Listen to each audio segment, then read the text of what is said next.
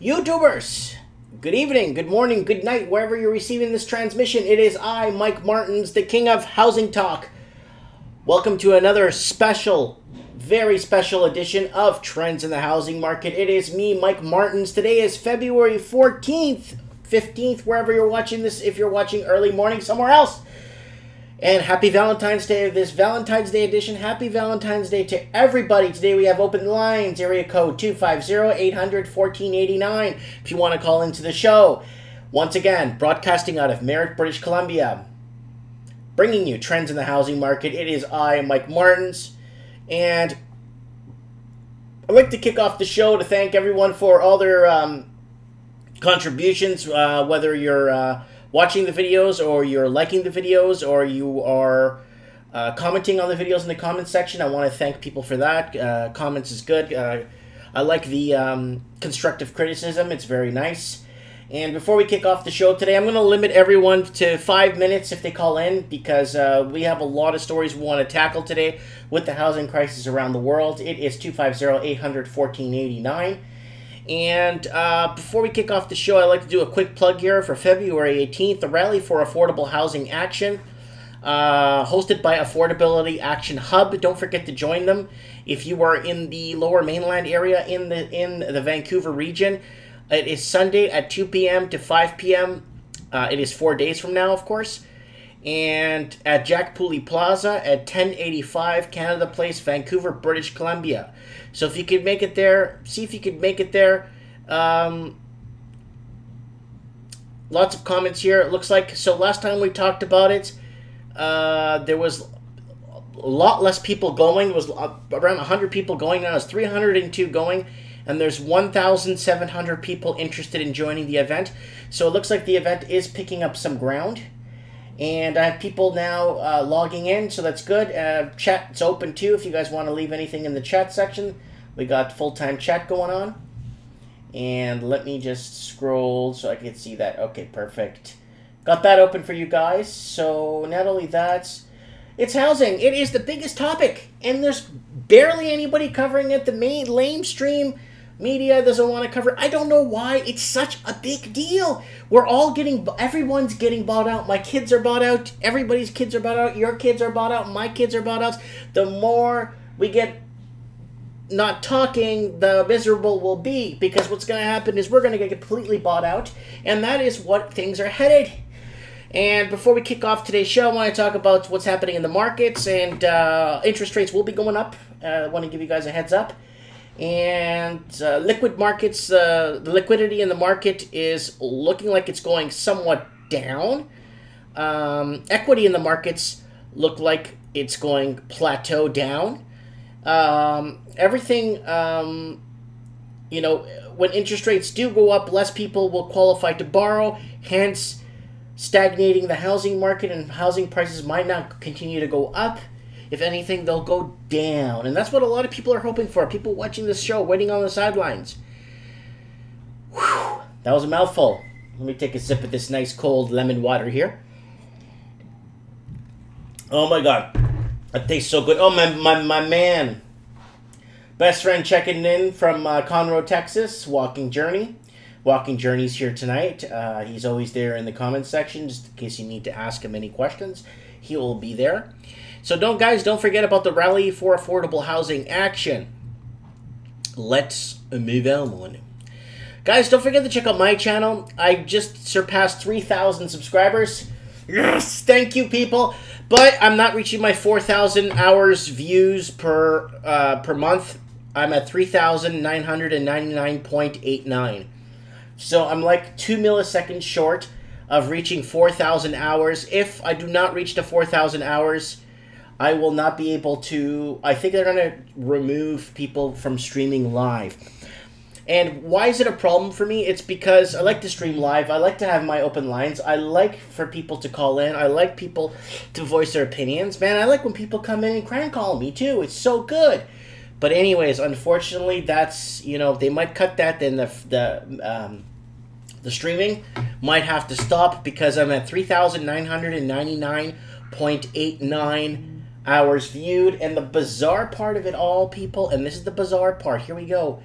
I'm getting more subscribers, and it's exactly 3,999.89 hours viewed per month. Let me know what you guys think of my channel. I've been putting it together for the last, I don't know, 5, 6, 7 years. Nothing major. Not out to get publicity. Not out to get famous. Don't care. Just kind of want to. It's more of a therapeutical thing for me to kind of talk about what's going on, and housing is my thing. I understand how the markets kind of work. I kind of know how to read too, so it kind of makes it a win-win situation if you know how to read and kind of understand something that's going on. So anyways, let's move on here. Oh, did my page get canceled? It's a good one too. So if you're living in the Vancouver region, oh, someone's asking me in the comment section, how's the diet, Mike? How does it look? How do I look, people? I've lost a ton of weight. My blood pressure's 120/80. My blood pressure is like a teenager again. The doctor is happy. I am doing well. Thank you for asking. And I'm going to continue this fat only or keto or whatever you want to call it diet. It's working for me. I love it. Anyways. Okay, so Douglas Todd, Vancouver. Vancouver's rental and housing market pressed by temporary residents. Temporary residents. Someone just commented, I'm looking good. Thanks, bud. And temporary. Metro Vancouver's young adults are increasingly competing with international students, foreign workers, and financially supportive offshore parents to buy a home or find a place to rent. Guys, I keep saying the same thing. Vancouver, if there's no correction, will become a playground for the rich. And everybody else could serve. And that's exactly where it's going to head. Canada Mortgage and Housing Corporation report released this weekend shows international students and temporary workers under the age of 25 are responsible for 10% of the mortgage issues that age group in Toronto and Vancouver. So, big problem again with outside investors.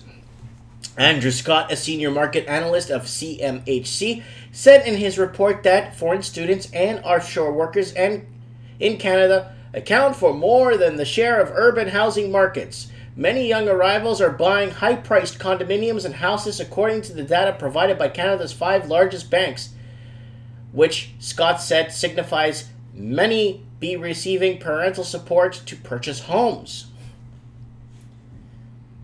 Perhaps more importantly, since the number of non-permanent residents has more than doubled in a decade to 140,000 in the Metro Vancouver alone, the Crown Corporation's report for the first time suggests a key reason for difficult young adults in finding a place to rent in a metropolis where the vacancy rate is stubbornly stuck below 1%. That's horrible.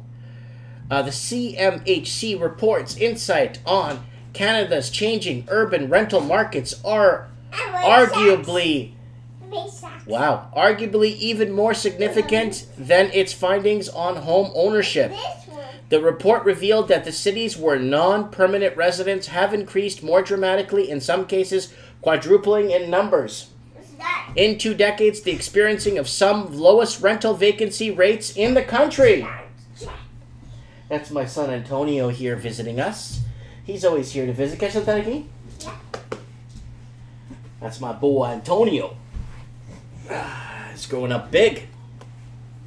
Yeah. So that's what's happening there. It says here, even though independent housing specialists say that CMHC reports only captures a portion of the housing and rentals spending by more than 890,000 temporary residents who were in Canada in 2017, it provides evidence that internal students and foreign workers are a major factor in the affordability crisis in the Toronto and Vancouver market. It's a lot longer of an article, people. Invite you guys to look at it and check it out for yourselves. There's a lot going on here and a lot of information in this article. So the article again is called Douglas Todd, Vancouver's Rental and Housing Market Pressed by Temporary Residents. And I like Douglas Todd's stories because he tries to be nice about it, but he also wants to get in your face on what's really going on, which is a really good asset in a reporter nowadays. But Fisher Porta, adeus, Antonio. A lot of people, unfortunately, are scared. Journalists are scared to talk about what is happening. Oh, so everyone's commenting here. Oh, FU is in the comments area. FU is a very important person, and it's been trolling me. FU is my personal troll. Has been trolling me like a personal trainer that's making sure you're in shape. You know what I'm saying? And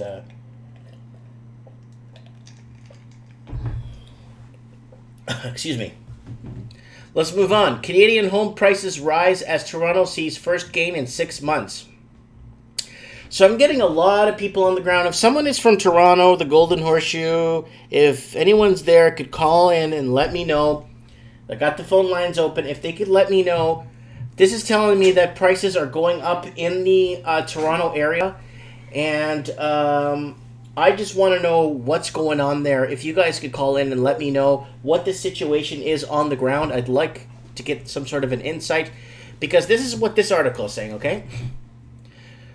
The Canadian real estate market got off to a good start this year, with housing prices rising in January as Toronto saw its first gain in 6 months, according to the bank measurement.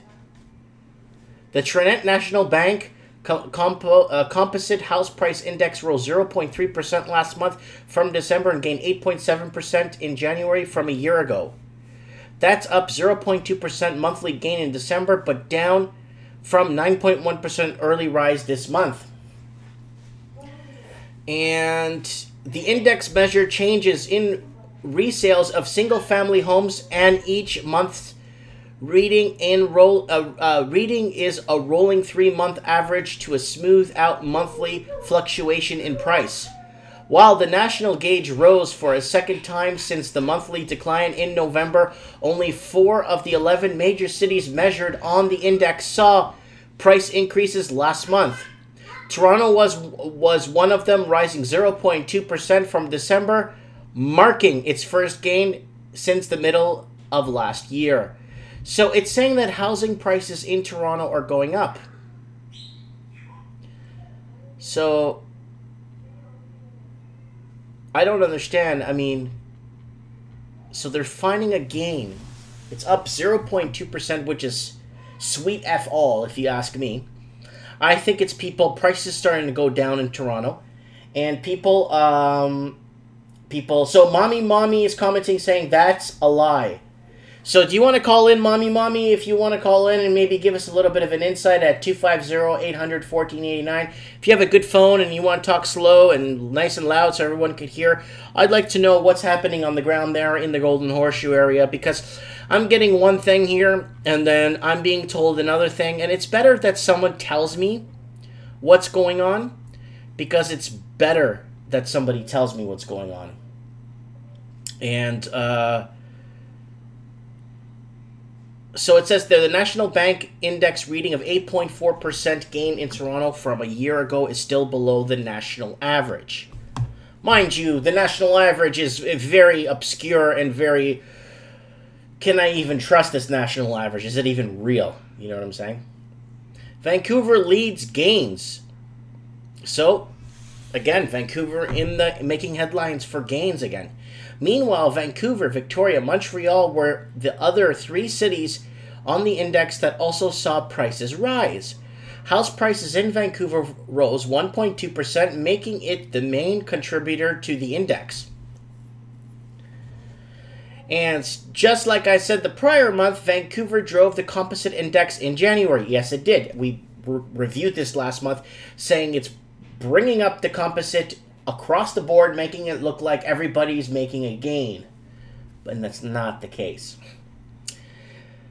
Said Pinnasanumwalt. With Vancouver, the composite index would have retreated for the 5th month in a row. Gains in the still hot market were driven by condo prices, as the index for the unit surged 23% in January last year. Wow.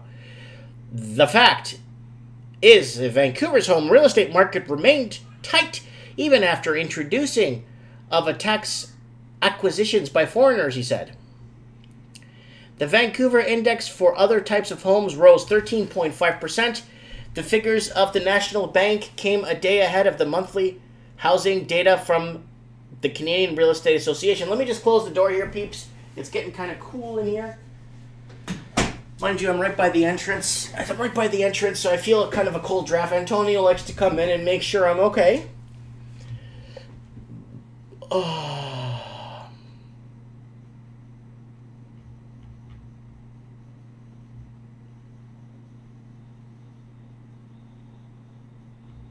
So there's comments on this one, and it says here, to encourage thoughtful and respectful conversation. First and last names will appear on each submission to CBC Radio's Canada online communities. Why don't they do that for reviews for businesses? So when someone wants to trash your business online so they can't tie you to it, why don't you put their first and last name on there too? You know, trashing small community businesses, huh? And someone's commenting, okay, happy Valentine's Day, folks. Everyone's looking. I looked at the house in November, and the list was 1.8. Then it dropped to 1 million. Hoping for a bidding war, it didn't happen. They raised the price again to 1.7, and it's sitting there today and didn't sell. So that's from Mommy out in the East Coast in the Golden Horseshoe area. FU is trolling again on the page. And some people don't feel like calling. People says, I don't believe much anything has changed in Toronto. So this is a really good by Jace Braidwith. Comments here. Outstanding. I've been longing to pay more for a house. I also want to pay more for gasoline. So I hope those prices skyrocket. Perhaps saying more for groceries can be achieved soon. Keep working on it. That's a good one. And that's true.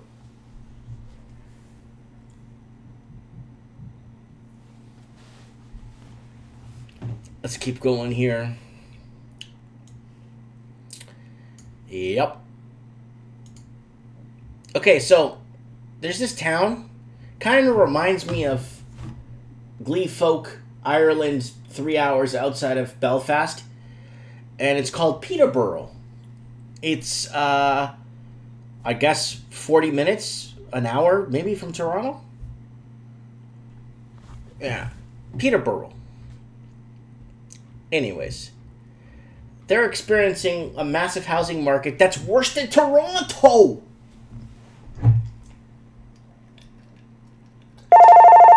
Oh, we got a caller. Good evening. Happy Valentine's Day. Yeah, who's this, Mike? Yes, good evening. Happy Valentine's Day. Happy Valentine's Day to you too, man. So, how are things? Things are pretty good. I'm calling from Ontario. Yes. Can you shed some light on what's going on in Toronto? I got this article open here saying that there are price gains. In 6 months, finally, there's a price rise in the National House Price Index. I think that's all fabricated, in my opinion. Yes, I think so too. So what's happening in your neck of the woods? How's the housing crisis situation doing? Basically, yeah, Toronto is the exception. I have a couple of condos myself I own in Toronto. Mm-hmm. And I sold one, like, and it took a little longer than I thought. It took about 2 months to sell. Usually sell within 45 days. Okay. It took a little longer. But what I see, there's so many tire kickers out there. We must have had 100 people go through within that about 5 weeks. And a lot of, they're just trying to steal it, trying to look for a deal, this and that. But I think the market has stabilized. Okay. I think the detached homes are the ones that are different. You know, the condo market is okay, stable, but I think the detached market is the one who's taking the big hit. So why do you think the detached market's taking a beating from what you're seeing over there? I think people I think we just inflated too much because the bidding war went on so long. Yes. On those detached markets. I know when you get out of Toronto, Mike. Yeah. Toronto, it's normal. Like the prices are normal. It's even harder. Like even the Oakville area. Yep. It took a hit in the last 6 months. It went down about $100,000. Oh wow, because I know Oakville, like over by Trafalgar there and Winston Churchill. I know the houses were going way over $1.5–2 million. Yeah, before, but it did do a market correction last year. So what's happening to people? What's happening with the pre-builts? I'm hearing rumors that people are walking away from their pre-builts. Is that true? To a certain extent, because even me, Mike, between you and I have purchased about 5 builds, okay, on the condo market. Yep. And what I do is I stagger them. Mm-hmm. I purchased one 3 years away, 4 years away, then a 5 years away. That way it's like 4 savings. Right? But I'm in for the long haul, not short haul. You know how a lot of people are trying to do the flip and stuff. I try to look for long haul, 10 years down the road. Right? Yeah, you're not Mickey Mousing it for 3 months, 6 months, and jumping out, right? Correct. Right. I'm looking for the long term. Right. So, yeah, I watch your stuff, man. I'm impressed. You're doing well. You remind me a lot like me. You know what I mean? Just go do it. And even today when you were saying about the karma, and I go, wow. I believe in that too. Because karma's real. Like, do you honestly think I do well in life, or I understand or kind of go with the flow and do well in life because I actually know what I'm doing? Of course I don't know what I'm doing. It's just all this bad karma gets, I guess, reversed into, it gets sprinkled on me, some pixie dust, and everything goes good. You know what I'm saying? Correct. No, you're doing an awesome job, man. Keep up. I think I'm going to sell everything and join you over there. I'm going to come over there. Well, retire, yeah, if you want to retire. I mean, living in the mountains, did you ever, I've always wanted to live like I'm living here, like in the mountains. Did you ever watch the movie Commando with Arnold Schwarzenegger? No, I have not. I'll go watch it now, man. It's called Commando with Arnold Schwarzenegger, and right at the beginning, he lives in a house in the mountains. Ever since I saw that movie from the beginning and watched his lifestyle living in the mountains and kind of like that hunting lifestyle, I've always wanted to live like that. Right. And ever since I saw that, I always wanted to live that kind of... Now I'm living it, and I could go hunting, fishing, everything. I'm just a stone throw away from everything. Oh, you're doing an awesome job. You're educating people. We're all talking, having a conversation. And that's what it's about. I mean, if we can't have an open dialogue and discuss what's going on, I mean, we're in trouble, right? Oh, Mike, between you and I, fundamentals in Toronto are screwed up. You know what? Average income is $75,000, and your condos are $800,000. Like, how does that make sense? How many years is it going to take? Maybe the next 2 generations to pay it off? Oh, no. You know what it is? Now, professionals, professional workers have to save about 20 years to make a down payment. And you know what they're doing now is that 2-3 of them are getting together to buy. Yeah. How many people on title and land title records? How many people in Ontario could be on title? There are 3. There's 3 of them. Like most of the time I see for sure. Yeah. 3. The one I sold has 3 of them. 3 different people. Oh, I get it. 3. So you have 3 people on title. So if you get 3 good incomes, you could buy and probably rent it out and split the headache 3 ways. Right. Yeah. But they're living together with the bunk bed. Oh, they're living. Okay, never mind. I thought they were just like people buying multiple properties, but 3 people with the amount of income that's required, and then renting them out, right? And then people take turns servicing the property. Yeah, 3 people. Wow, but that's not nothing. Do you know? You probably don't remember this, but about 2 years ago, I read an article about Auckland, New Zealand, where there was 44 people to a house. No. Yeah, I read an article. It's like a dog kennel, and there was 11 people on title to the house. Wow. It's crazy, man. But in Toronto right now, in the suburb, like say an hour outside, like in your Georgetown, Acton, over there, the houses are now they're bringing 36 feet, and they're 2 years away building, and you put about 90 grand down, and then you try to do that. But I think sooner or later, man, he's got to catch up. Just, you can't continue this unless the money printing. Well, unless we start making $100 an hour. Yeah. Did you watch my buying power video? No. What is that? I made a buying power video not too long ago. I'll look at it. It's in my I think it's under my housing crisis carousel of videos. You'll see a buying power video where I discuss what a teacher made in 1959 and how that was equivalent to $160,000 in our time. And that's why people paid off houses in 2-3 years with 20% interest. Right. But people don't understand that. We've lost value on our money. There's no more buying power with what we make. Right. No, it's true. Our buying power is lost. Now you need income to survive. Exactly. And I feel sorry for younger people, especially, I see my kids. Mm-hmm. Unless we give them some head start, no way. There's no way. No, absolutely. So are you renting your condos out that you own? Yeah. Good for you. That's a good thing. I just hate when investors buy a condo or several condos and leave them empty. I hate that. No, that's called, basically, that's called land banking. Those guys do that. That's stupid, in my opinion. You're defeating the purpose. Mm-hmm. You know what I mean? Like, no way. I would never do anything unless you got positive cash. No. It's the green. I don't know. I just don't find it. I don't find it moral. I don't find any morality. I just. Mike, they're crashing my voice on the chat. They said I sound sweet. Oh, that's just FU. FU's been trolling me for years now.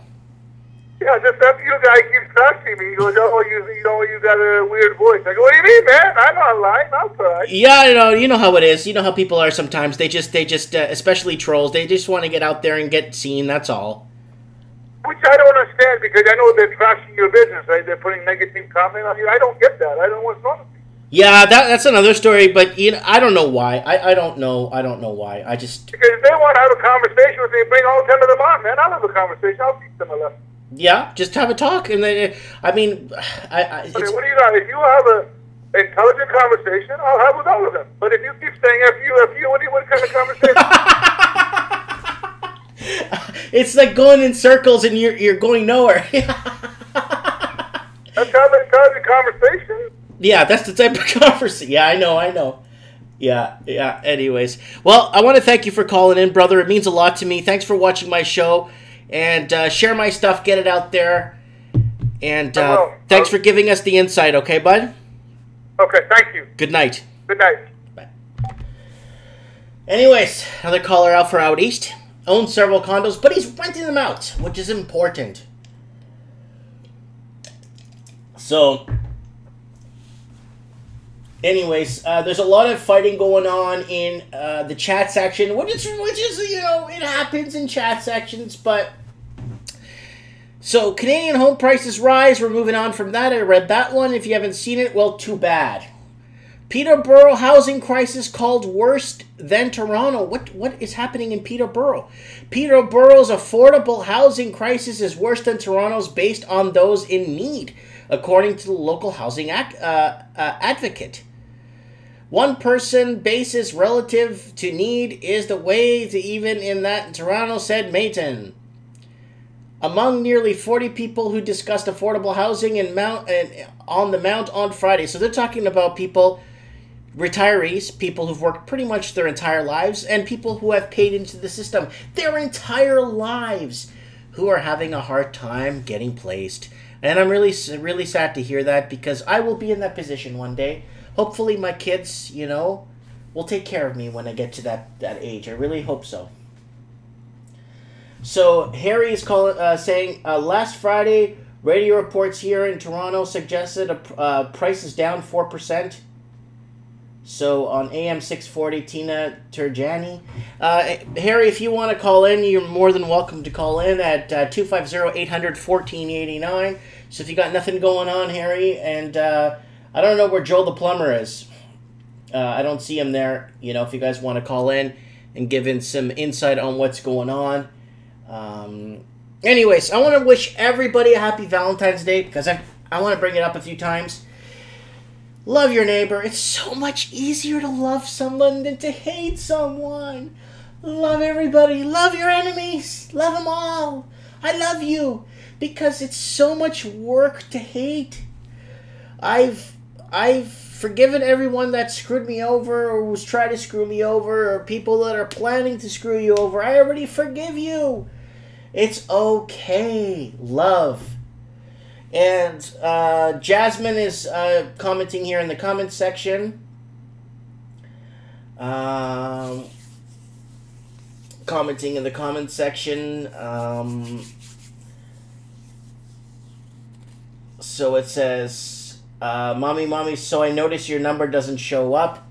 Steve the plumber had been called Eric by Evan and Joe by Mike. Okay. Anyways, so everyone's comment section's rolling nice and strong. This housing crisis discussion is powerful. Back again with the markets, guys. I want to explain to you guys something. And if you really don't understand what's happening on the grand scale of things with markets, I recommend to look at the price of gold. If gold goes up to $1,450 or $1,500 per ounce, hold on a sec, let me see who this is.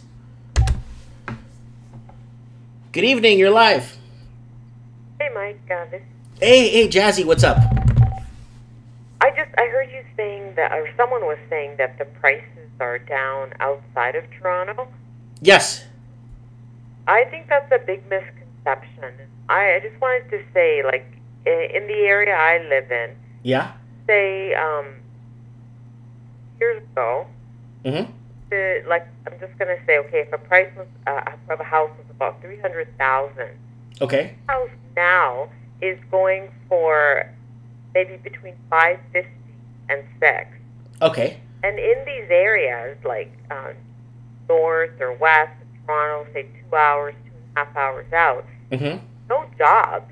So, like, people have to put that in perspective. There's no jobs. If they think there's a lack of jobs in the GTA, there's no jobs in these areas. So when the price of houses is that high, you're pricing the local people out of the market. It doesn't matter if they seem lower than Toronto. That doesn't make them cheap. Right. Even if the prices go down 20%, they're still not affordable. Exactly. So there's a lot of challenges living in these areas because there's no jobs, and there's educated people, like highly educated people, mm-hmm. who are doing like the worst jobs or just long-term unemployed. Yeah. So I mean, the price of houses has to be relative to like access to jobs, right? Mm-hmm. And it's not. It's like it's just as outrageous out here as it is in Toronto. Mm-hmm. So, like, there's no way out. Even if you move to an area like this, it doesn't solve the problem. So, well, what happened was, everybody knows the beginning this story. Once upon a time, there was quantitative easing. Banks started lending out money at extremely low to free interest rates. People saw the free money and started to stimulate the market by buying and obviously creating this massive bubble that we have now today. And the quantitative easing is coming to a halt, and interest rates are going up, and nobody lives happily ever after, because now who's going to fix this mess? I think there's a lot of big ideas being put in about what the problem is. Mm-hmm. But as a small guy down here, I would say that the problems look maybe a lot simpler than they are. Mm-hmm. There seems to be a lot of funny business going on with real estate transactions. It seems to be a large part of the problem. Well, because housing became a commodity, not an asset, right? But it's not just housing. It's commercial real estate, too. And it seems like the same kind of funny business going on there. Yes. And I know there's a lot of theories that, about, bigger reasons, but I don't see that. Like, in the area I'm in, I've seen like a lot of funny, suspicious transactions. My family wanted to buy a piece of land, actually not for profit, but just to save the land. It's a wetland. You told me, yeah, in the comments. Yeah, they had their eye on it for a long time, and they wanted to purchase it to protect it and protect the animals that are there. Mm-hmm. And when it came up for sale, what happened was they contacted the listing agent and, to ask some questions. We're interested in it. Then we're going to get back to her. When they got back to her, said the property had been sold. That's right. And when they found out that she bought the property, and then the real estate agent bought the property. Yeah. Yes. Okay. Continue.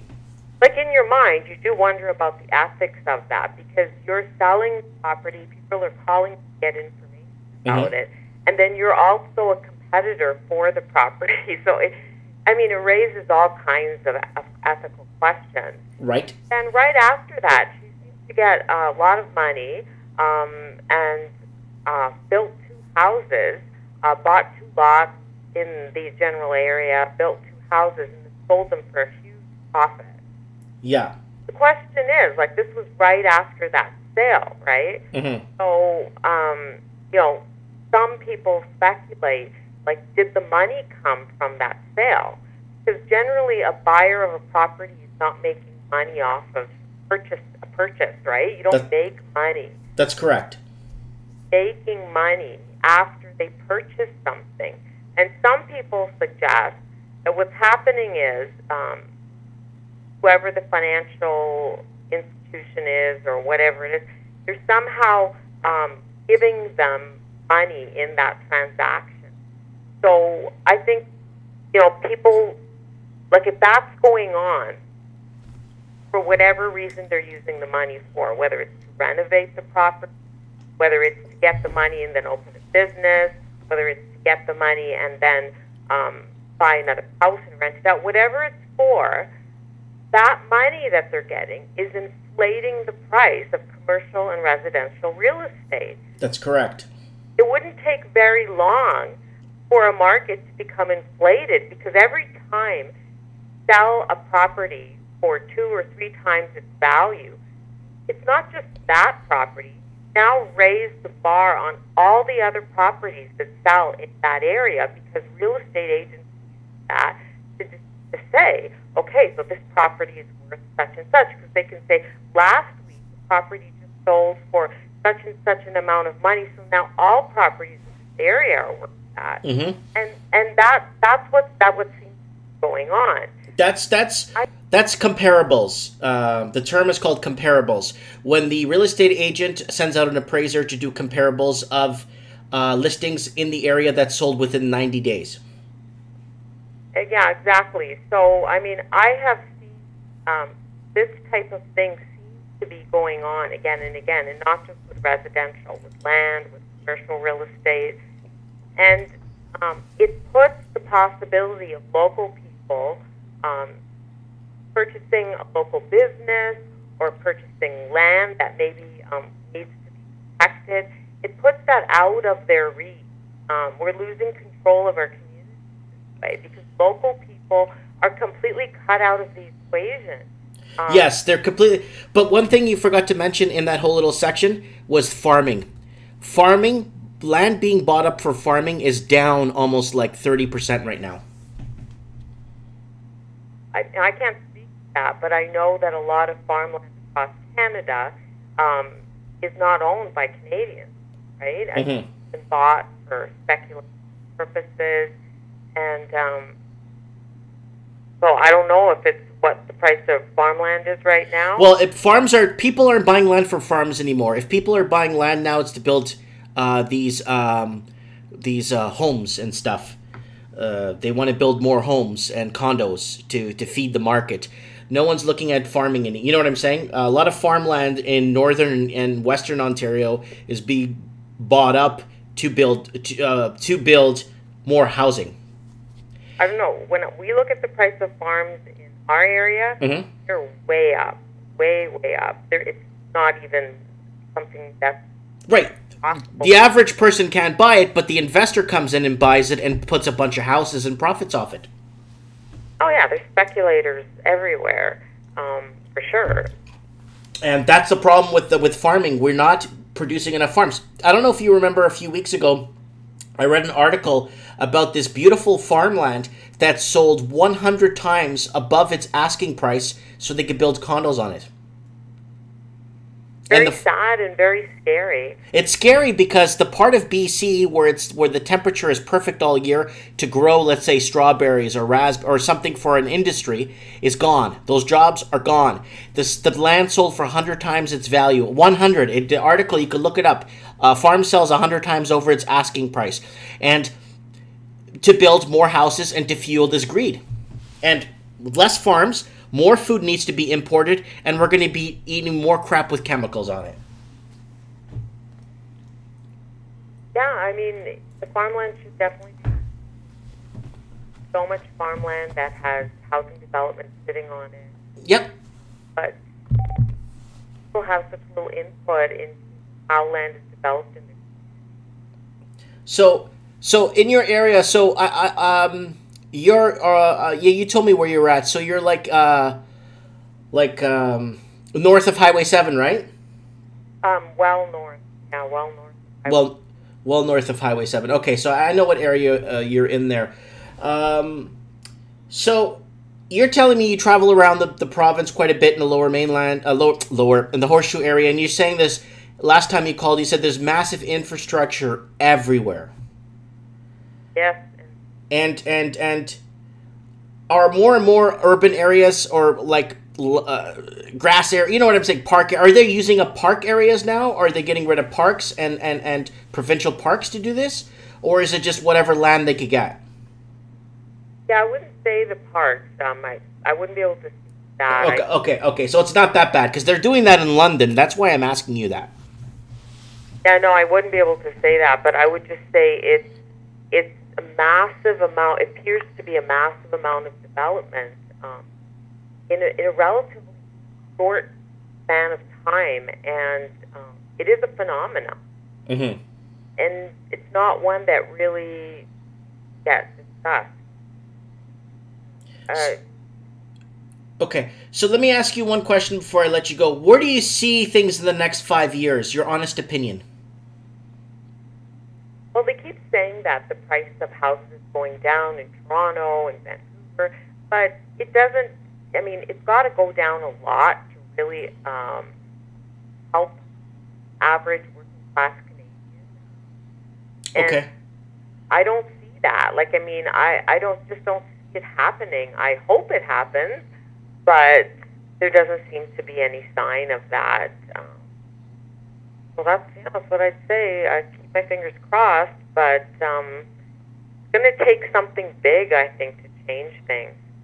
Yeah, a huge change in something has to give, is what you're saying, because a lot of our youth is completely bought out. They have no chance of starting a family if they want to lay roots in a house.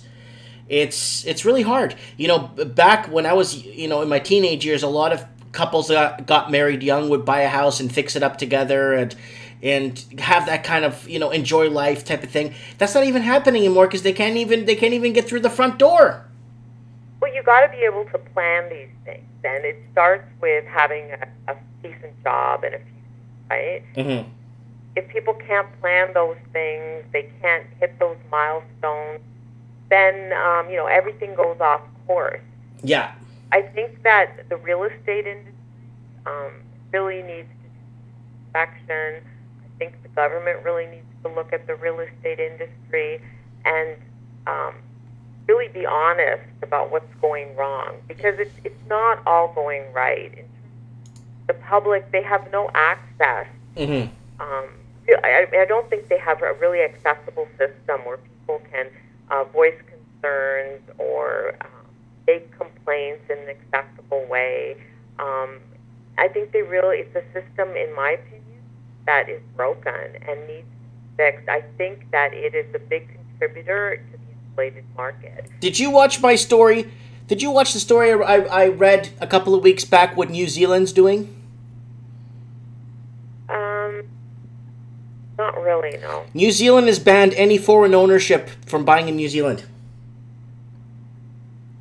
But it's not just foreign ownership. I think there's a lot of people in the country that have lots of sources. Mm-hmm. So I don't think it's all foreigners. But New Zealand is so hard pressed. They're so hard pressed that that's what they think it is, that they're putting it on. So me and you, we couldn't buy in New Zealand. We wouldn't be allowed to buy. Nobody would be allowed to buy in New Zealand. That's obviously not from New Zealand, right? So that's how serious New Zealand is about this housing crisis, because it's gotten out of control there too. And it's been out of control in every English-speaking country in the world. Yeah, but I mean, I think that's like a last-ditch effort, kind of like a stab in the dark at the problem. Yeah, yeah. I would really query if there isn't problems in New Zealand, like I was talking about at the beginning, Mm-hmm. that there's fishy business going on in these transactions, and people seem walking away with money when they buy a property. That doesn't make any sense. So I think that the real estate industry maybe look more at the nitty-gritty, like what's actually going on here. Because, you know, I've seen instances where people are paying. This is where there were no bidding wars. This is before the bidding wars, and it was in Toronto, where people are paying 3 times the amount of money for a commercial property. That doesn't make any sense, or residential property. And why on earth would someone do that? It doesn't make any sense. And that should in itself should be raising red flags in everyone's mind, certainly within the real estate industry. Yeah.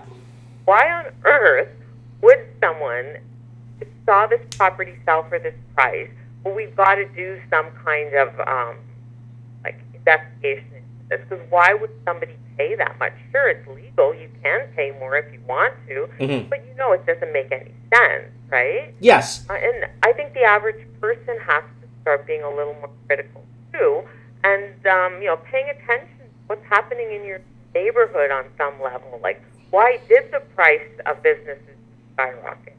Maybe even think back a little, because peel back the layers. Peel back the layers. Yeah, exactly.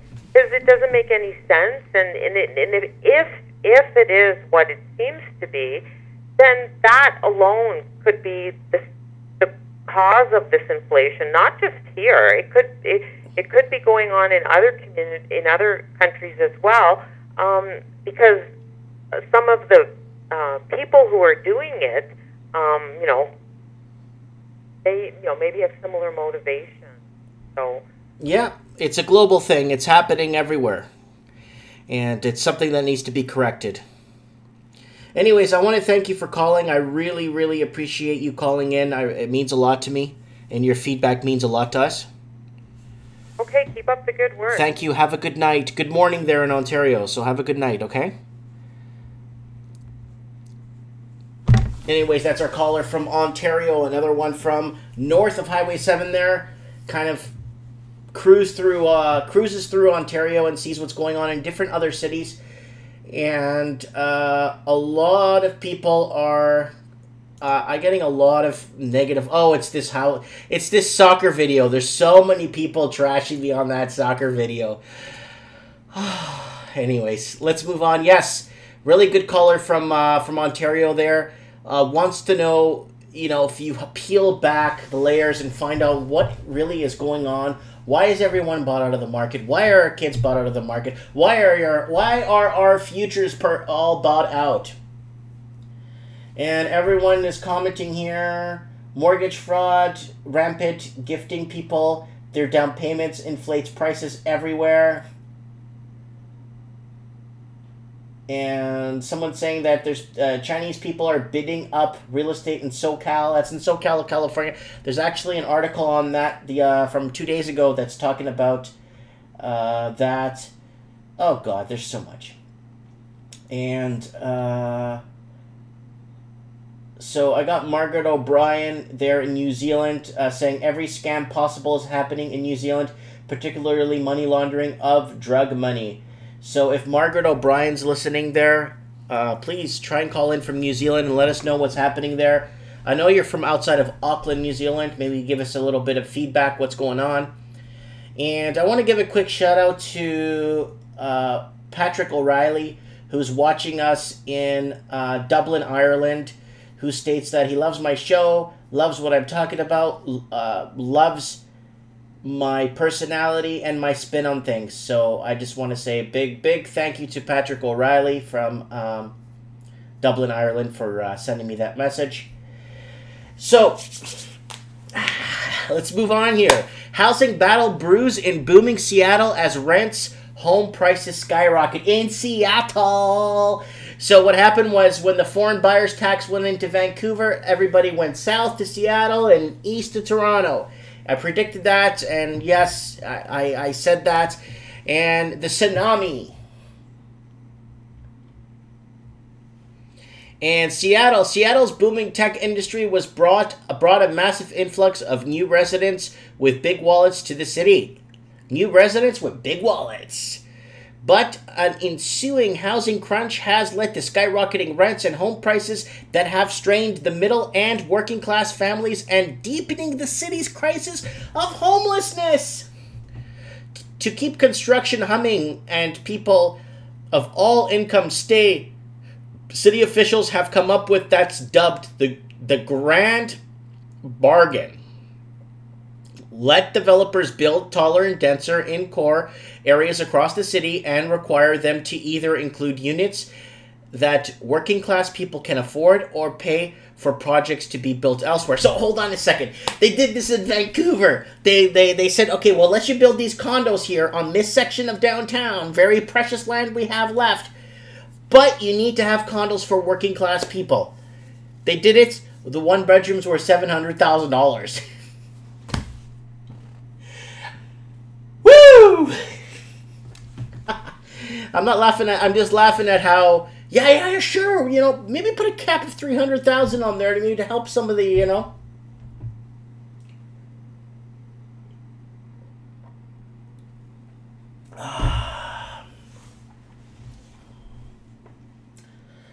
So let's keep going here.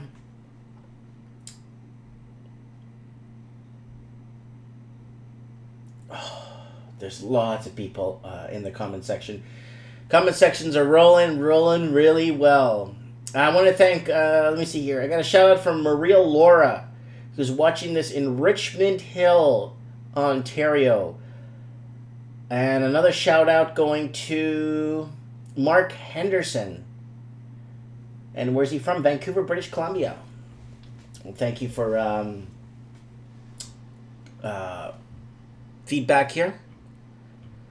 So, backlash was swift from the worried increased heights of densifying will change the character of single-family neighborhoods that dominate this perspicuous Northwest city.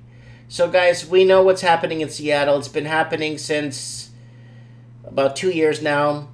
And right now, Washington State, King County, all those parts of the Seattle, Tacoma, Olympia area are just on fire right now. Housing market has nowhere. It's just going up, and it's going up in double digits. And, you know, the tech housing, the tech industry people can't even afford to live there anymore because the people in tech industry is having a hard time. Oh, someone was commenting, Mike, can you go back to what you were saying about gold? Okay, guys, gold is a good radar for determining what's happening in the markets. If you don't want to watch the futures markets, you don't want to watch the equity markets, you don't want to see what's happening in the equity markets, if you don't want to see what's happening in currencies and stuff, if you just want to focus on gold and watch gold is one of the main protection against inflation, against crashing economies. Gold is the #1 key anti-inflation. It's like kryptonite to Superman. Watch gold prices for the next couple of weeks. Get an app on your phone. It's free. Watch gold. If gold could get to $1,450 to $1,500 an ounce, you will see a huge crash in the stock market. You'll start seeing the market coming down faster than a plane with no wings. You know what I'm saying? Gold is legendary. Gold is the main currency or barter, or one of the main currencies that we've used for thousands of years. It is an extremely rare resource. And like I said, gold is the ultimate anti-inflationatory asset to own. And strongly recommend to follow the gold market the next couple of weeks, guys. If it gets to $14.50 an ounce, or if it gets to $1,500 an ounce, when this baby hits 88 miles an hour, you're going to see some serious... That's a quote from Back to the Future. I promise you on that one. And markets are really shaky. Remember what happened last Tuesday or 2 Tuesdays ago when market dipped? It's very unpredictable. Markets crash within hours. Economies take months to years to crash. You know? And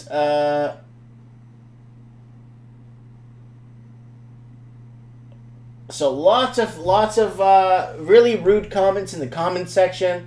Guys, I need you guys to stay PG, please. Come on, stay PG. I really need you guys to stay PG in the comment section. And then someone's saying, yes, okay, guys. I don't know if you guys know about the fake gold that's been going around. That Germany's been asking for its gold back. And from the Fort Knox in the States or whatever, or the American Gold Reserve. So they're asking for their gold back. So they need their gold back. So, and they're having a problem because they're receiving gold with tungsten steel in the middle. And it's not good. A lot of fake gold going around. Do not buy gold online. I'm sorry if you sell gold online. I'm not trying to start anything. Do not buy gold online. Okay? Buy gold. If you're going to buy gold, go to an exchange in town, in the city. Go to a bullion exchange. Say, hi, I want to buy this much gold. Buy your gold. Buy your silver. I was stacking silver for years. Silver is a great anti-inflation protector.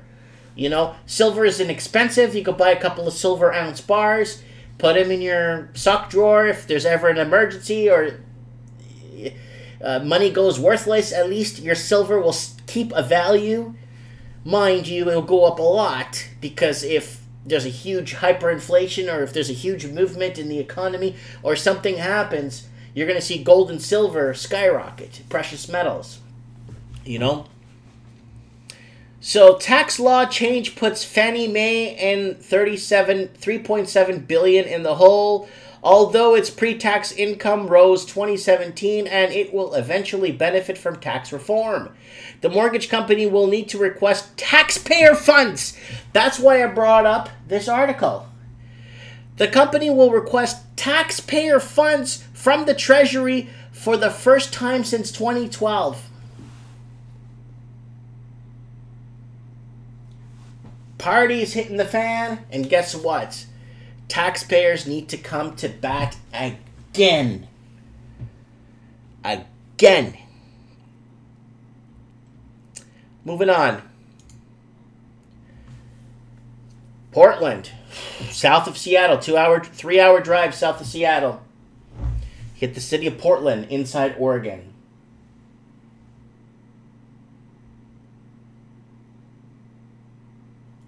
And so metals are hedged against inflation, not an investment. You can invest in metals long term because the price of gold, I mean, the thing is they're keeping the price of gold down. The price of silver is artificially down. The price of silver in the market we're in today should be at least 70, 80, 100 bucks an ounce. Not, what is it, 20 bucks an ounce? 18 bucks? I don't even know what silver's at. But if someone could look up and comment in the comment section, you know, what the price of silver is, because silver is very undervalued. I don't know if you guys remember the story I told you about silver. This is how much silver certificate papers we have in the world. These are certificates given to by banks saying this is how much silver we lent out. 10,000 ounces of silver on paper, on your certificate, in your drawer, in your safe at home. This is how much silver there's on the world.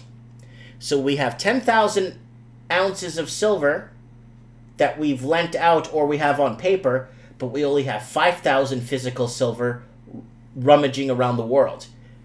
How do you figure if everybody on paper wants to cash in their silver, how are they going to do it if there's only 5,000 ounces of silver in the world? So silver is huge short. There's a huge short in silver right now.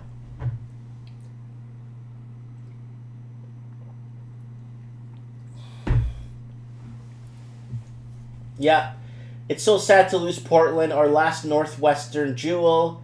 And someone's commenting, silver is currently at $21.15 an ounce. Okay, I bought my silver at $14 an ounce. Okay, so it is an investment. I've made money off it.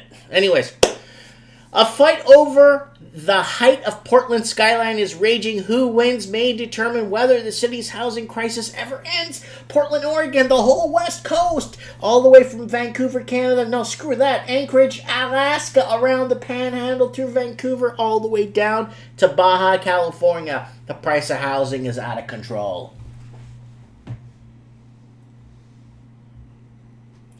So everyone's commenting here.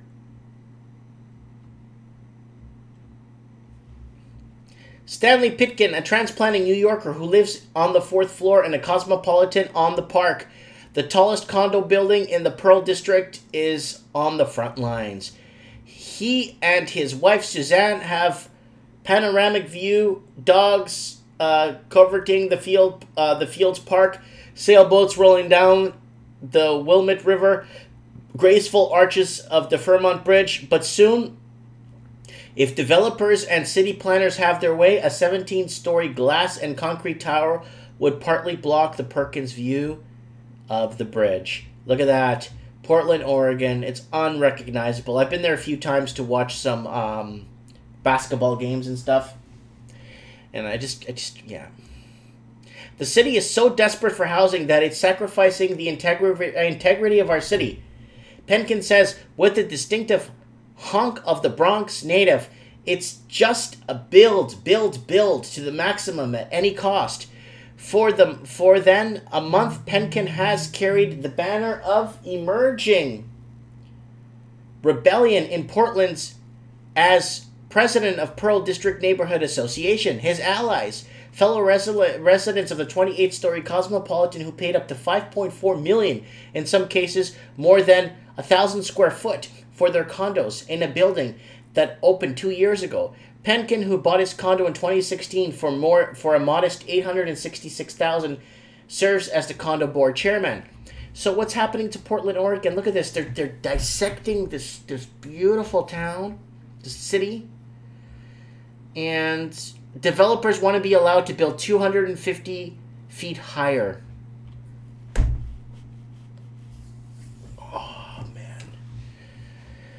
It's cramming. Look at that. Look at that front line there. Look at that. And you know what they're going to do? Same thing they did in West Palm Beach. You know what they're going to do? They're going to make it impossible to park, and they're going to put like no loitering on the beaches and stuff. So then people can't even go enjoy the water. So they can get people out of there.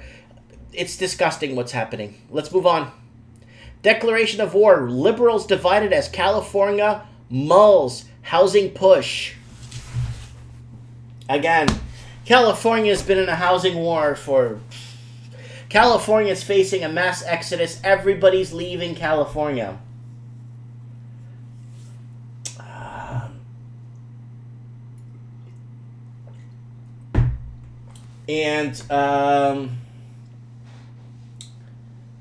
Most small businesses fail, and then someone says, yeah, I wish I sold some in 2011. That's probably gold or silver.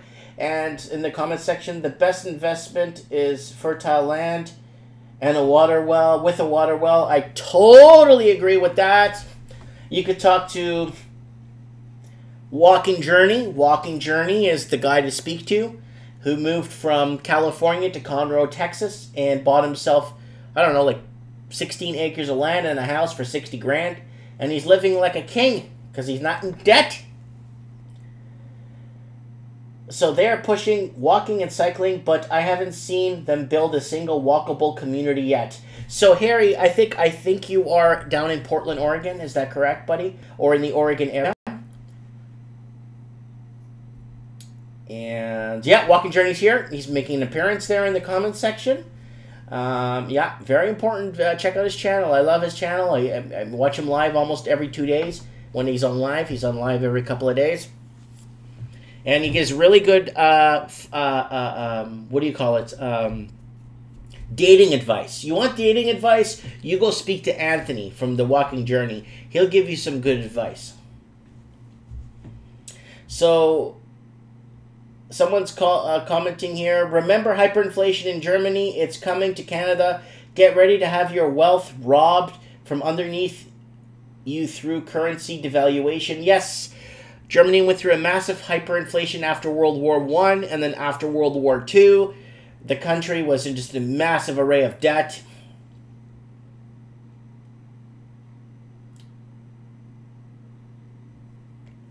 And, anyways, let's keep going here, people. Let me finish this declaration of war. Liberals divided as California mulls housing push. Proposal aimed to keeping up with the population growth would limit cities' power over housing, handing more control to the state. You don't want to give more control to the state. You don't want to do this. Trust me.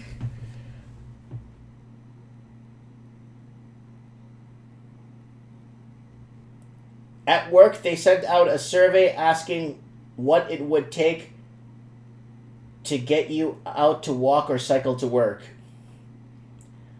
Wow. Anyways. You don't want. California's state legislators are considering an overhaul in the city planning rule book. This is horrible. This is so bad. The mayor of Berkeley, California has called a declaration of war. A neighborhood group in Los Angeles said it would be akin to forcing Native Americans from their land.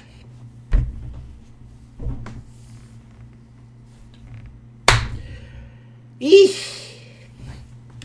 Amid the desperate housing crisis, legislators in the Golden State have prompted an outcry with new proposal that threaten to take the rule book that governs American city planning and throw it out the window. What else is getting thrown out the window?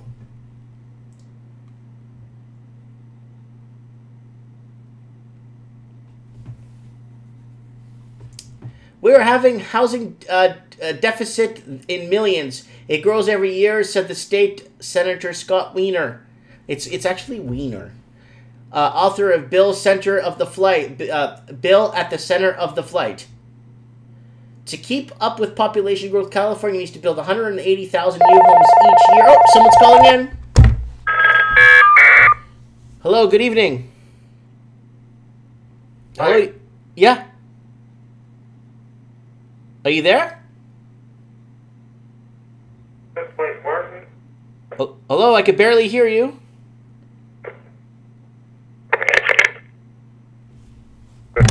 I could barely hear that person. So let's continue here. Let me check my phone here. Why is it doing this? Don't know why. I could barely hear the caller. No big deal. No one's panicking. To keep up with population growth, California needs to build 180,000 each homes. What about the 90 to 120,000 empty homes across the state that are basically abandoned or investor properties? Why don't they get them rented out? That would save a huge amount of problems.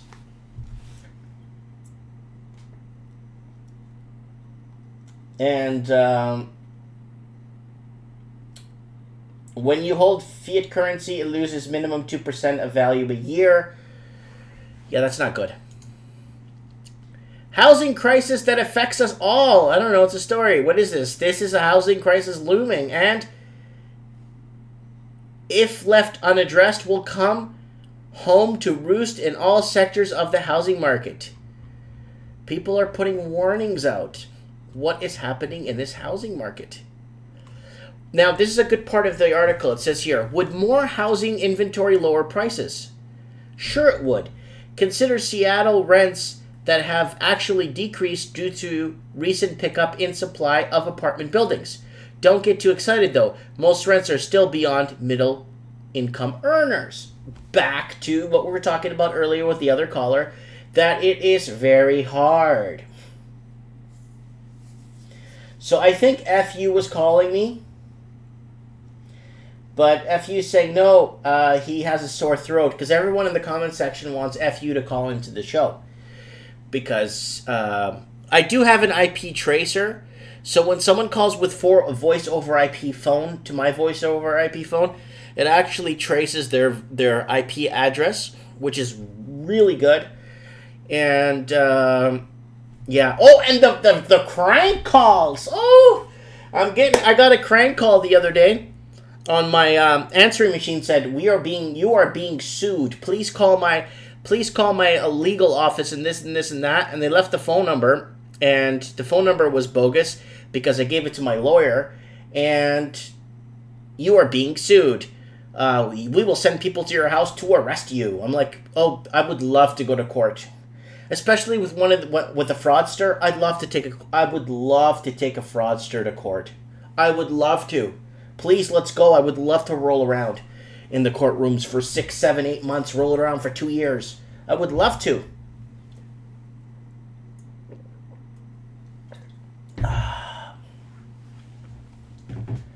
So, watch Grind on YT. He talks about local and state government moving people out of their cars. Oh, are they moving them into homes? That's nice. So, the next story. Sydney housing crisis puts essential services under pressure. Workers leave city. Mass exodus from major cities. I've been talking about this for a couple of years now. People are leaving. Massive brain drain. People don't have a place to live. So what's happening? Key workers, doctors, lawyers, surgeons, people of importance that make up the city's infrastructure are leaving. Everyone's leaving Sydney. Everyone's leaving Brisbane. No, not Brisbane. Everyone's leaving Dublin. Everyone's leaving London. Everyone's leaving Vancouver. Everybody's leaving Seattle. And California has a mass exodus. Everybody, massive brain drain happening. Why is this happening? Because it is. Because people no longer could afford to buy in these highly inflated bubbles, and they leave. You want a nursing position? Move to Florida. Move to Ocala. Like that lady that came to see me at my store. She came in to visit me. She came in to see me and tell me I'm moving to Ocala, Florida. I took your advice. I just can't lay roots in this country. I can't make ends meet. I can't do anything. So she got a place in Ocala, Florida. She got her rent paid for the year, basically, to go down. And if she finds a house, she's looking at houses around the $200,000 range. If she finds a house she likes, then they'll pay her the difference of the housing allowance for the year, which is really good. So that's what's happening. People are leaving the big cities, and there's nothing no one could say about it. And Sydney housing prices putting essential services under pressure, guys. It's a big deal. And someone's commenting, Canada's birth rate is constantly declining. Yes, the birth rate in Canada is actually lower. The death rate's higher than the birth rate. Canada and Italy are the two countries... Oh, somebody here. Hello? Something wrong with my phone, people. I'm having a problem with my phone tonight. I don't know why. But it's on my other computer, so I'm gonna have to get that other computer fixed for figured out for next week.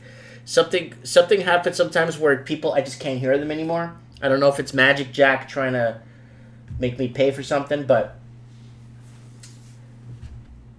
people have an average 1.5 kids per household, and that's not enough to replace. Yes, you need 3 kids per household to replace the population.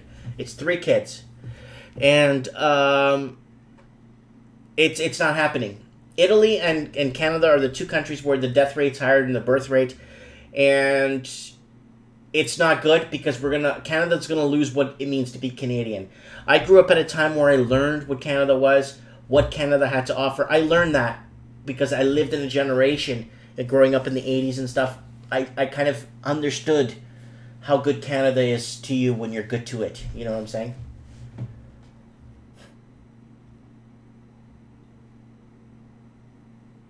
Anyways, so the cost of residential land in Australia is going through the roof. Oh. Residential land is going through the roof.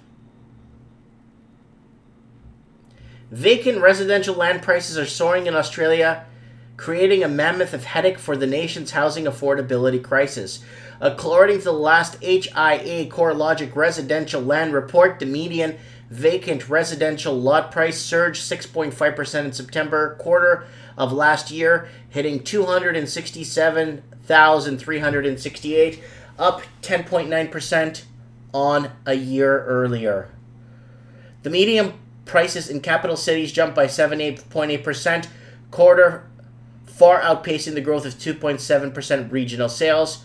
The 1-year capital city prices ballooned over record high, up 12.8% over the year. So here it is, people. It's out of control. There's the value going up, and that's the number of sales. Yep, Australia's been in a bull market since 1979. I think Barry White released an album that year. So that's what's happening in Australia. Married at First Sight, Australia's most awkward date of all time. Why does this have to do with housing? Oh, it's about Valentine's Day. I guess it was an article. It's just a stupid advertising that opened. Business. Landlords fear and loathing of New Zealand rental market. Oof. New Zealand, another housing disaster. I got a housing disaster, guys. If you're from New Zealand, watch this. I got New Zealand's housing scandal right here. Toronto real estate price increases unexplained.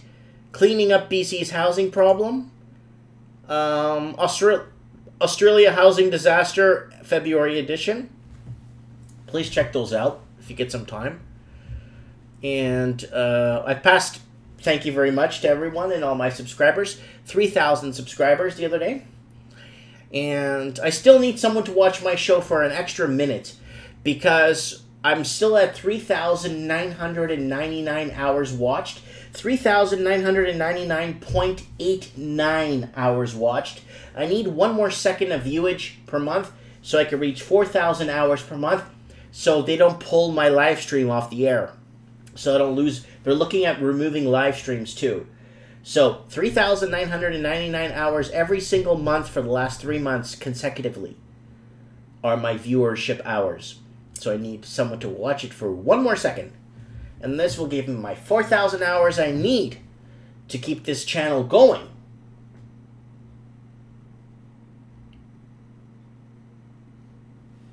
So let's move on here.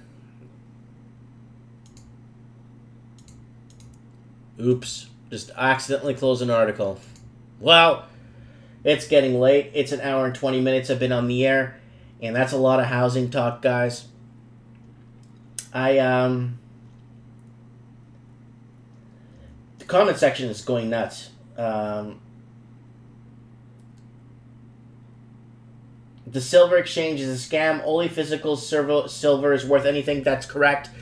Margaret is correct. Margaret, you are right about that. Physical silver is where the money's at. Like I said, this is how much paper silver certificates are on Earth. This is how much silver there's actually to distribute. So this paper crap that people are taking home has no value. So when you take in that piece of paper to your local bank or treasury and say, "Hi, I'd like to have this in silver, please," they'll probably say, "Yeah, we'll mail it to you."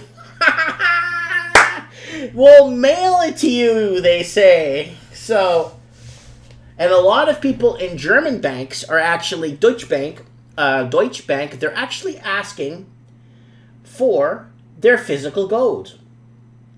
You know, I could see if I could find the article. People... I hope I spelled that right. People want their gold in... okay, let's go to news and see if it's up there. Yeah, here it is. Deutsche Bank refuses clients' demand for physical gold. So, if you bought gold certificates from Deutsche Bank, you're in trouble because they're not going to give you your gold. Deutsche Bank refuses clients' demand for gold. Like, I mean, you got a certificate from the biggest bank in Germany. They got to give you your gold. Someone's asking me, Mike, do you ever talk about the price of building a house? Yes, I did. I've done maybe 7 or 8 different videos on price per square foot. I even did comparisons from building a house in Arizona and comparing it to building it in Vancouver. I've done lots of price building costs. I've done actually quite a bit, actually, to be quite a bit price cost building. I even had a contractor on one of my shows discussing the price of lumber and how much it would cost roughly to build a house.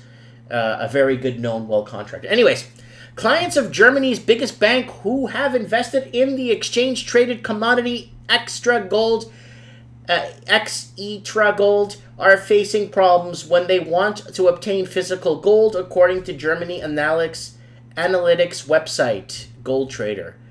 So people want their gold. Gold is a bond on the Deutsche Rose commodities market, and Deutsche Bank is designated sponsor on the website. Extra Gold says, yes, its clients have a right for physical delivery of gold. Physically backed. Their issuer uses the proceeds from the issuer Extra Gold of purchased gold. The physical gold is held in custody for the issuer in the Frankfurt vaults and the Klenstrom Banking AG, a wholly owned subsidiary of Deutsche Bros. In order to facilitate the delivery of physical gold, the issuer holds further limit the amount of gold on an unallocated weight account with the humor. So it gets complicated. However, despite the claims, every virtual gram of gold is backed by the same amount of physical gold. Clients have been refused the precious metal upon demand. So how would you feel if you bought these certificates? You bought these certificates, and what and now you want your gold. What do you do? What are you gonna call the cops? What do you do? You take them to court? You know, what do you do? And someone's commenting in the comment section saying, someone's saying here, to build a house, maybe next week's show we'll talk about building a house and trends in the housing market. How about that, guys? Next Wednesday we'll compare 5 major cities on building a house. We'll probably do Toronto or Golden Horseshoe area Toronto, like Oakville, Mississauga area. Then we'll do maybe outside Vancouver, cost of building a house. And then maybe we can compare pricing to building a house in Arizona, and then maybe one in North Florida. And then maybe we could do another one, let's say, somewhere in Australia, and London and Ireland. And we could do a price comparison on the cost of building a house in each major city or outside a major city, and see which one gets more bang for the buck, or which one gives you more value. It depends. Do you want to live off-grid? Do you want to, you know what I'm saying? What kind of lifestyle do you want to live? You know, how close do you want to be to a city? For me, I don't care how close I am to a city. I really don't care. I'm independent here. There's stores here. There's shopping here. I don't care. You know what I'm saying? Anyways, guys, I am tired. I've been here for an hour and a half. And I want to wish everyone a very happy Valentine's Day. I want to send everyone a big hug out there. I want to send everybody, you know, all the support I'm getting from everybody. It really means a lot to me. And, yeah, I want to say goodnight to everyone. And if there's any carpenters on the show that watch the show, if they want to call in and maybe give us some quotes on building a house, or maybe give us some insight on how to build a house on next week's show, I would appreciate it very much. And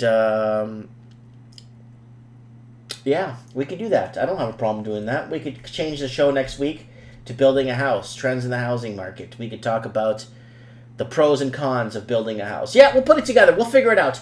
Anyways, guys, I'll get my phone fixed for next week. I got to figure out what's happening.